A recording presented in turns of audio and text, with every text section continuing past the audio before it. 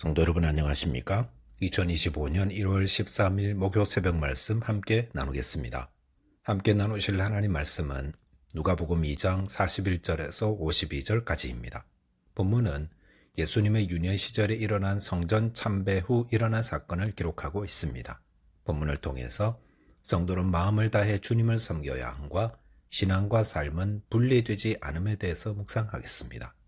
첫째 묵상할 내용은 성도는 마음을 다해 주님을 섬겨야 한다는 것입니다.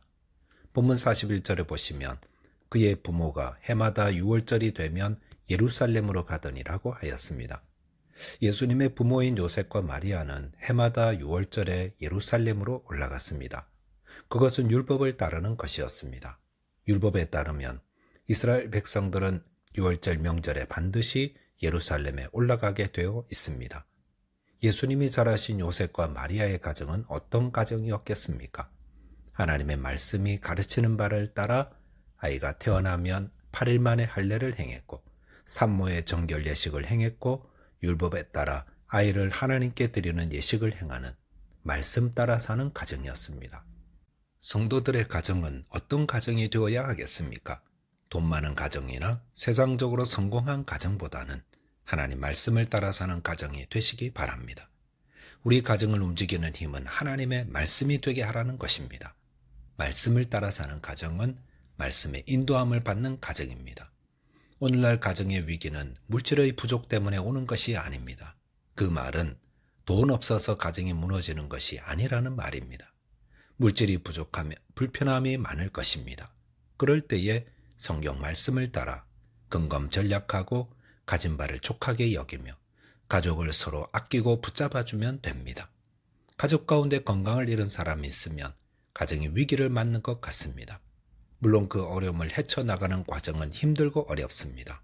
하지만 그 질병을 통해 서로를 돌보고 위하는 가족의 마음은 더 커지는 겁니다. 하지만 말씀이 떨어진 가정은 어떻습니까? 말씀이 없는 가정은 나침판이 없는 배와도 같다 할 수 있습니다. 그 배가 아무리 고급스럽고 화려해도 그 배에 나침판이나 내비게이션이 없다면 그것은 가장 위태로운 배라 할 수 있습니다. 말씀이 빈곤한 가정은 위태로운 가정입니다. 말씀이 빈곤하다는 것은 말씀을 따라 살지 않는다는 것입니다. 말씀이 그들의 삶을 움직이는 지렛대가 되지 않는다는 말입니다. 말씀이 기준이 되고 지렛대가 되어야 가정이 방향을 잃지 않고 방황하지 않습니다. 본문 42절에 보시면 예수께서 12살 되었을 때에 그들이 이 절기의 관례를 따라 올라갔다가 라고 하였습니다. 예수님이 12살 되었을 때에 부모님이 예루살렘에 올라갈 때 함께 가게 되었습니다. 유대인들은 13살이 될 때에 율법의 아들이 되어 회당의 회원이 되는데 예수님은 13살이 되기 1년 전에 예루살렘에 올라가 예비 교훈을 받았던 것으로 알려져 있습니다. 본문 43절, 44절에 보시면 예루살렘에서 모든 예식과 교훈을 마치고 돌아가던 요셉과 마리아는 도중에 아들이 사라졌다는 사실을 알게 되었습니다. 당시는 길에서 강도 만나는 일이 많았기 때문에 가족들이나 친족들끼리 그룹으로 다녔는데 여자와 아이들이 맨 앞에 그리고 맨 뒤에는 남자들이 가는 시기였습니다. 그렇기 때문에 요셉과 마리아는 아들 예수가 그들과 떨어져 앞서가고 있으리라 생각하며 하룻길을 갔던 것입니다. 그리고 아들이 없어진 줄을 알았을 때 다시 예루살렘으로 돌아와야 했는데 그 여정이 3일 걸렸습니다. 요셉과 마리아는 어쩌다 예수님을 잃어버린 것입니까? 그들은 당연히 있으리라 생각하고 다른 데 마음을 빼앗겼다가 아들 예수님을 잃어버렸습니다. 주님께로 향해야 하는 마음이 다른 것에 빼앗기면 예수님을 잃어버리게 됩니다. 예수님 때에 성전 안에서 소와 양과 비둘기를 팔며 돈 바꾸는 사람들은 아마도 주님을 더 열심히 섬기려고 시작했을 것입니다. 하지만 점차 그들의 관심은 주님께로부터 돈벌이로 바뀌어져 갔습니다. 그러면서 주님을 떠나는 자 되었습니다. 오늘 저희는 자신에게 물어봐야 합니다. 주님을 섬긴다 하면서 내 마음은 어디에 있는가 하는 것입니다. 주님을 섬길 때에 내 마음을 다해 주님을 늘 가까이 섬겨야 합니다. 저와 여러분이 전심으로 주님을 사랑하고 가까이 하며 주님을 섬기는 자 되시기 바라겠습니다. 둘째로 묵상할 내용은 신앙과 삶은 분리되지 않는다는 것입니다. 본문 46절에 보시면 요셉과 마리아는 성전에서 예수님을 다시 찾게 되었습니다. 그런데 아들 예수는 무엇을 하고 있었습니까? 성전에서 율법 선생님들 중에 앉아서 듣기도 하고 묻기도 하고 있었습니다. 이것은 랍비들이 회당에서 학생들을 가르칠 때 랍비들은 좌석에 앉고 가르침을 받는 생도들은 바닥에 앉는 모습을 보여줍니다. 즉 어린 예수도 그 생도들과 함께 땅바닥에 앉아 가르침을 받기도 하고 묻기도 하고 있었다는 것입니다. 본문 47절에 보시면 듣는 자가 다 그 지혜와 대답을 놀랍게 여기더라 하였습니다. 예수님은 랍비들과 더불어 여러 주제를 놓고 토론했던 것 같습니다. 그런데 듣는 자가 그 지혜와 대답을 놀랍게 여겼다고 했습니다. 이 예수님의 지혜는 선천적으로 가진 인간적 지혜가 아니라 하나님에게서 온 신적인 능력이었음이 분명합니다.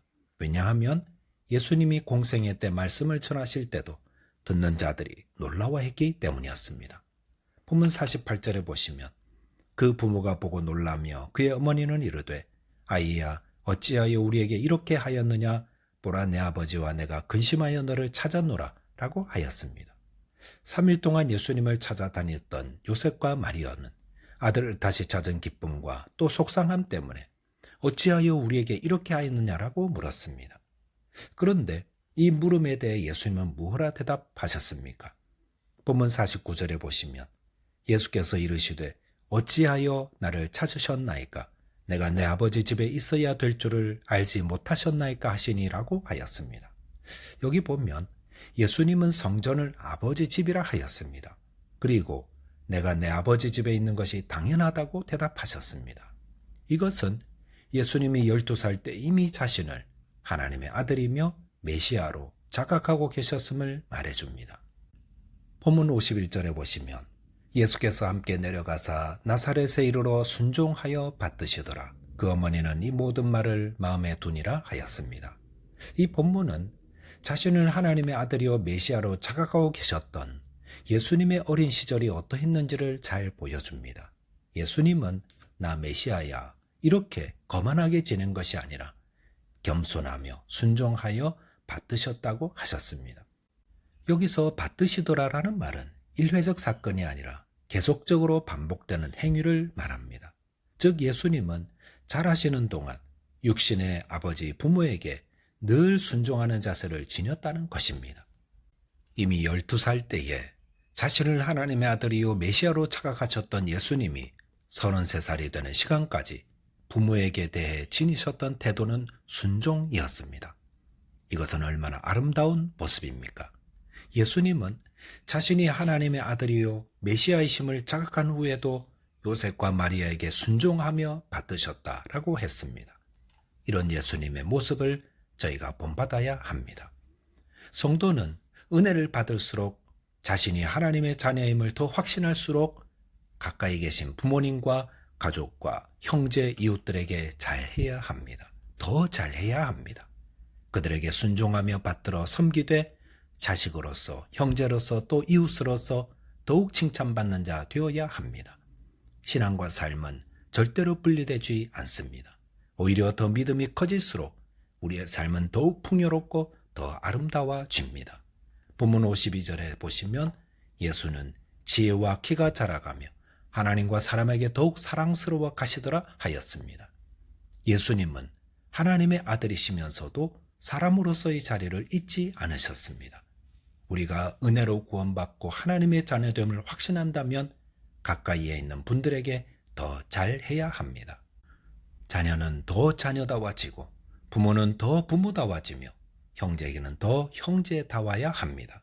이웃에게는 더 사랑을 베풀어야 합니다. 그래서 예수 믿고 사람 됐다라는 말이 나와야 합니다. 저와 여러분이 믿음이 깊어질수록 하나님과 사람에게 더욱 사랑스러운 자 되어지시기 바라겠습니다. 기도하겠습니다. 하나님 아버지, 주님을 섬길 때 단 하루도 주님을 멀리하는 일이 없도록 늘 가까이 주님을 섬기게 해 주옵소서.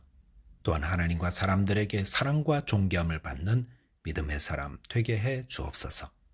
예수 그리스도 이름으로 기도하옵나이다. 아멘.